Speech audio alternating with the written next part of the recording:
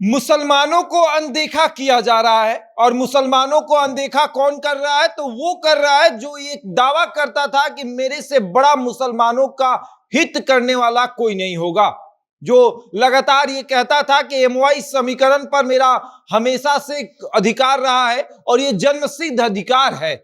जहां एक तरफ मुसलमान और यादवों को ये कहने वाले कि हम उनके नेता हैं, हम उनको साथ लेकर चलेंगे, आज वो मुसलमानों को छोड़ रहे हैं। आज वो मुसलमानों को बीच मझधार में छोड़कर यादवों के साथ निकल रहे हैं।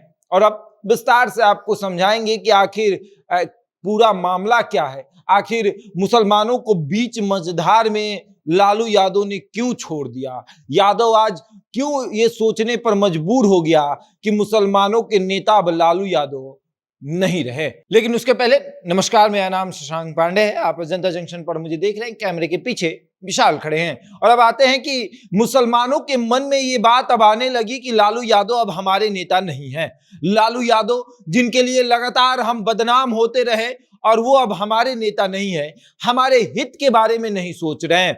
शहाबुद्दीन तक तो सबने बर्दाश्त कर लिया, शहाबुद्दीन को इग्नोर करना सबने सोचा कि चलो ठीक है, चलता है। लेकिन अब शहाबुद्दीन के बेटे ओसामा साहब को जब राजद वाले इग्नोर करना शुरू कर दिए, जब लालू परिवार इग्नोर करना शुरू कर दिया, तब मुसलमानों को लगा कि अब हमें यह दिखाना पड़ेगा कि अब आप हमारे नेता नहीं हैं। जहां एक तरफ ओसामा साहब अभी 14 दिन के न्यायिक हिरासत में सिवान के जेल में बंद है, लगातार पुलिस उनसे पूछताछ कर रही है और न्यायिक हिरासत में है। वहीं दूसरी तरफ मुसलमान जो है, मुसलमानों के ये मन में ये बात आ गई है कि तेजस्वी यादव जानबूझकर शहाबुद्दीन के परिवार को फंसा रहे हैं या फिर शहाबुद्दीन के परिवार को बदनाम कर रहे हैं ताकि सिवान से उनको, उनके परिवार को टिकट ना देना पड़े। और अब मुसलमान ये इशारा कर रहे हैं कि मुख्यमंत्री की कुर्सी हम आपको नहीं देने देंगे, आप मुख्यमंत्री की कुर्सी पर जब बैठेंगे तो हम उस पर आपको बैठने नहीं देंगे।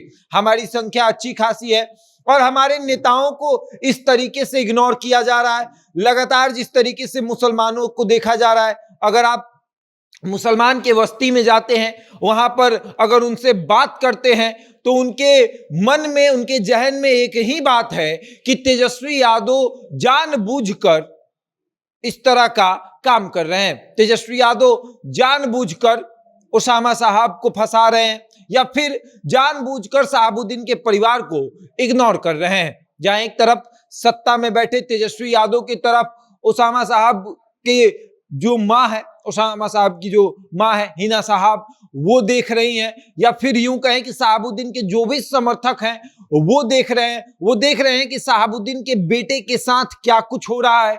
लगातार शहाबुद्दीन के साथ हुआ, वो जेल में बंद रहे और कोरोना काल में उनकी मृत्यु हो गई, तेजस्वी यादव देखने तक नहीं गए और उसके बाद तमाम तरह की बातें हुई, उनको दिल्ली में ही रखा गया, वहीं पर उनका अंतिम संस्कार हुआ, यहां तक कि उनको सिवान भी लाने नहीं दिया गया। और उसके बाद खूब पैरवी भी की गई थी, सरकार से गुहार किया गया था, तेजस्वी यादव से गुहार किया गया था कि आप इस मुद्दे को उठाइए कि शहाबुद्दीन साहब को जो है वो सिवान लाया जाए, लेकिन नहीं लाया गया और दिल्ली में हूं उनका अंतिम संस्कार हुआ। उस समय से मुसलमान लगातार नाराज चल रहे थे और अब एक और बड़ा कारण हो गया मुसलमानों की नाराजगी का कि ओसामा साहब जो है वो अब जेल में बंद है, न्यायिक हिरासत में है और मुसलमानों के मन में अब ये बात चल रहा है कि नीतीश कुमार और लालू यादव जो है ये सब कुछ कर रहे हैं और तेजस्वी यादव सब कुछ जानबूझकर देख रहे हैं। वो चाहते हैं कि शहाबुद्दीन के परिवार से लालू परिवार का रिश्ता नाता हमेशा के लिए टूट जाए।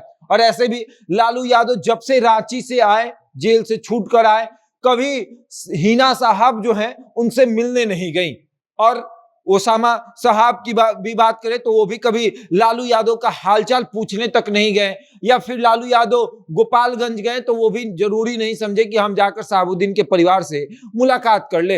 हालांकि कहा जाए तो गलती दोनों तरफ से है।